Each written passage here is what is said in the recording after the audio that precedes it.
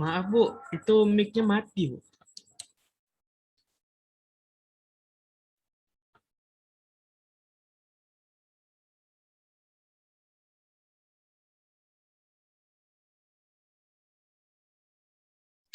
Oke ya. Inilah sudah semakin. Wilda itu di mana pakai masker? Nggak di rumah? Di rumah. Wilda tadi maskeran di rumah. Di rumah maskeran Wilda. Ya. Lagi di kantor, Bu. Oh, boleh, boleh. Segini. Kalau mau nggak kirim Jam doang aja berapa ya. pulangnya? Iya, iya, iya. Ya ampun, oke lah. Jaga diri masing-masing, tetap sehat. Total semua. Iya, maaf ya, Bu. Total semua pun boleh. Hanya bisa menyelamatkan diri masing-masing. Dengan menyelamatkan diri masing-masing, kita juga sudah membantu menyelamatkan orang lain. Peduli kepada diri sendiri dulu. Kalau kita sudah menjaga sehat mungkin, yang lain pun tidak akan. Moga-moga kalaupun ada sakit penyakti luar-luar, kita sudah lebih kebal ya. Jadi jaga diri masing-masing. Oke ya, kita memulai tadi ini ya, karena ibu sudah agak terlambat ya, dan sudah makin malam. Jadi Dinda nanti di rumah udah sampai jam berapa, Wilda? Bisa jam berapa itu nyampe di rumah? Sekitar jam 8:30, Bu. Oh, oke lah. Dulu ibu juga Ini waktu kantoran karena ada begitu ya. lembur sih, Bu. Ya, kalau kantoran dulu modelnya begitu ya, pagi malam. Tapi setelah menjadi full dosen tidak lagi ya. Oke lah, semangat bagi yang mengantor. Ada masanya kita harus kerja keras, ada nanti saatnya untuk menikmati dikit-dikit ya, tidak harus full di kantoran ya. Oke, kita memulai ya.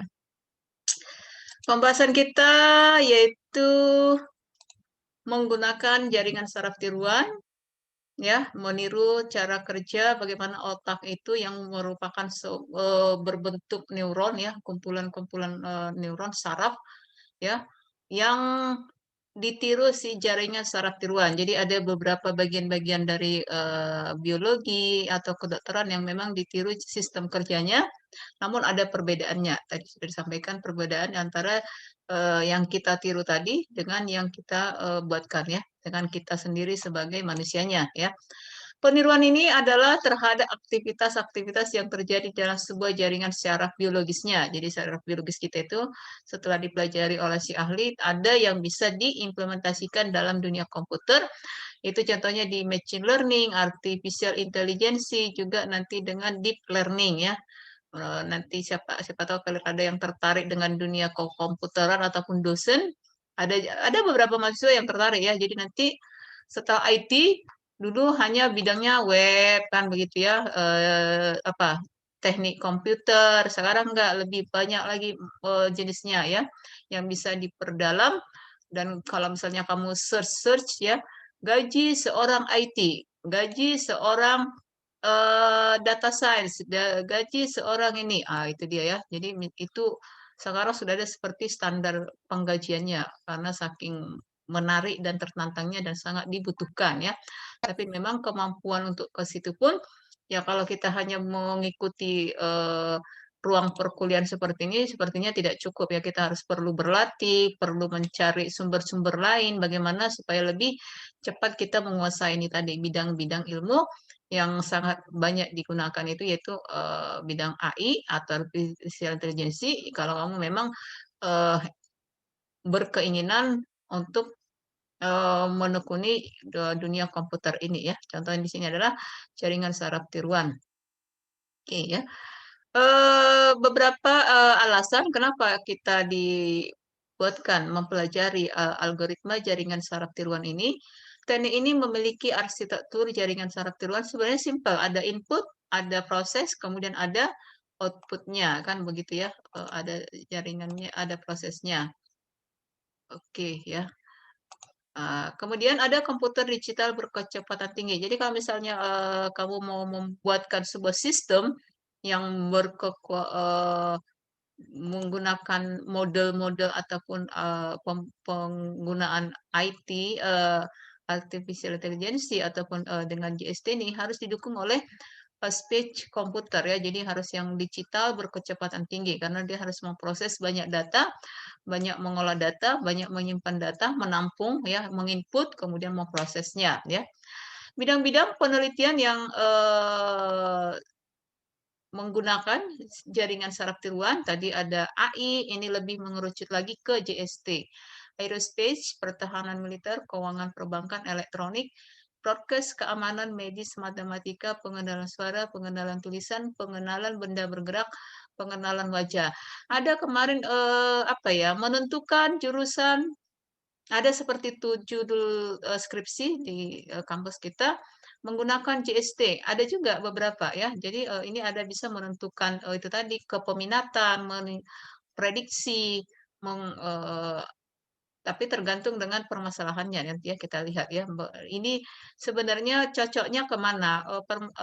Metode ataupun si algoritma JST ini baiknya kemana digunakan supaya lebih efisien dan supaya lebih tepat. Karena kan terkadang kita melakukan sebuah penelitian atau riset, metode yang kita gunakan di awal setelah kita melakukan uji coba dengan data, dengan ada beberapa kali data uji, ada data terhadap data setnya, ada kemungkinan si teori itu ataupun algoritma ataupun metode itu tidak sesuai dengan yang data yang kita olah. Itu bisa terjadi. Terakhirnya kita mau karena kita hanya mengolah data bukan mengacu kepada metode apa yang kita gunakan, mana yang mau dipilih, mengganti metodenya atau memang data sudah ada, kita cari metode yang lebih sesuai. Nah, itu dia ya. Contoh di sini adalah pengenalan suara, identification recognition voice, writing recognition ya, identification writing ya bisa juga.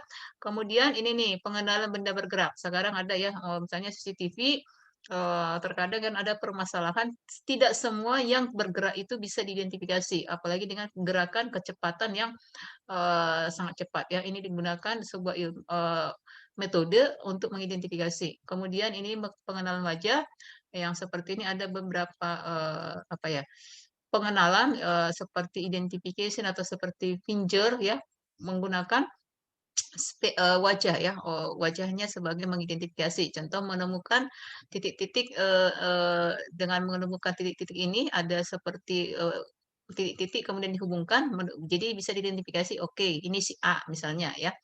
Ibu sudah melakukan penelitian, tapi ini di bidang pengolahan citra. Ibu sudah coba ini ya. Posisi deteksi yang menandai. Jadi bisa dihitung. Jadi dari sini ke hidung berapa, hidung ke mulut. Nah itu dia kan, ini dia. Nah ini bisa digunakan juga dengan JST. Ibu mencobanya di MATLAB citra. Tapi ada beberapa sekarang bergeser ke Python ya menggunakannya. Jadi untuk menguji supaya lebih tepat, data ujinya itu yang harus lebih banyak. Jadi semakin banyak dia dilatih, diuji, ketepatan si JST ini semakin bisa ya itu untuk ini. Jadi dibutuhkan model data yang kenapa hilang ya? Tadi Ibu apa? Nekan apa ya? Kok hilang? Pause stop. Oh iya. Kenapa hilang tadi? Pause. Tadi nekan tombol apa ya? Oke. Ya. Sebentar. Oke. Ya. Dinda. Dinda. Ini di pin ya supaya kita coba ya. Jadi JST ini modelnya adalah menginput ada ini tadi ya modelnya yang model yang ini ya. Kalau misalnya nanti kamu melihat atau menemukan gambar-gambar seperti ini model dari JST ya dibuatkan dalam bentuk layer-layer ya. Memang itulah bentuk kalau dilihat lebih dalam lagi bentuk neuron ataupun saraf manusia ini dia ya. Ada inputnya hidden tersembunyi kemudian diproses menghasilkan output. Ada menggunakan layer input ini hidden layernya, ini output layernya. Menurut Siswanto, JST itu pengolahan informasi yang didasari filosofi struktur perilaku saraf. Jadi perilaku saraf kita itulah yang ditiru. Kemudian ciri utamanya adalah kemampuan untuk belajar. Jadi tadi Ibu sampaikan untuk JST ini diperlukan data yang banyak sehingga semakin dia banyak mengenal mempelajari ataupun melakukan pelatihan, melatih ya dataset tadi, hilang-hilang ya, maaf. Nggak bisa hilang-hilang ya, hilang datang, hilang datang. Kenapa ya? Bagaimana? Nanti kalau begitu lagi kita lanjut di gizi ya, karena mungkin ininya udah nggak apa. eh, tapi kembali lagi kan begitu dia. Kalau misalnya nanti masih begitu kasusnya seperti itu ya.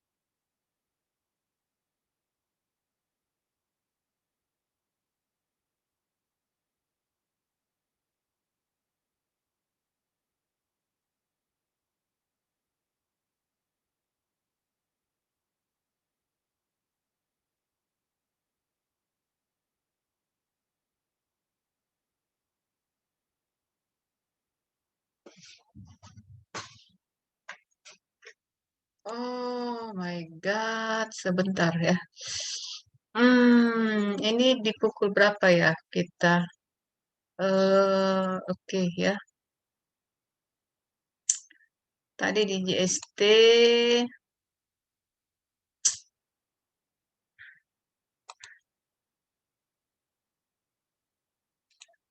Oke ya. Kita melihat lapisan konsep dasar jaringan saraf tiruan. Ibu sekitar 47 ya, sekitar 5 menit lagi ya. Apa itu Krisna? Tadi sebuah jaringan saraf tiruan itu adalah terdiri dari input, tersembunyi, dan output. Kemudian kalau kita perhatikan ini gambarnya, kalau misalnya kita, oke, mana tadi? Oke lah, ya nggak apa-apa sih ini dilihat. Oke ya. Ya, kalau kita perhatikan ini merupakan jaringan saraf manusia kalau di bidang kedokterannya atau biologinya ya kita perhatikan ada akson, cell body, nucleus, and dendrit ya. Jadi ini yang dipindahkan menjadi jaringan saraf manusia 3 komponen utama ada badan sel atau soma. Bagian terbesar dari sel pada manusia yang merupakan menerima rangsangan kemudian meneruskannya ke akson. Dendrit merupakan bagian sel saraf pendek yang bercabang-cabang. Nah, ini dendritnya, ini dia ya. Semakin kecil, akson itu adalah neuron. Akson neuronnya yang ini merupakan rangsangan dari badan ke sel saraf lainnya. Rangsangan akan ditransmisikan melalui celah sinapsis, sinapsis gap yang disebabkan oleh proses kimiawi pada tubuh. Ini dia ya. Jadi ada rangsangan, contoh kalau kesemutan atau kakimu dicubit ya. Jadi apa itu bentuk rangsangannya? Apa reaksinya setelah kamu dicubit? Nah, itu dikirim ke saraf. Saraf mengirimkan, oh itu sakit, katanya begitu ya. Nah, begitu kira-kira. Jadi synaptic gap disebabkan oleh proses kimiawi pada tubuh. Proses ini yang bertransmisi secara kimiawi mengubah rangsangan yang masuk dengan mengukur besarnya frekuensi dari rangsangan yang diterima. Inilah yang dijadikan konsep dalam artificial neural networks-nya. Jadi harus ada seberapa ya kok. Astaga.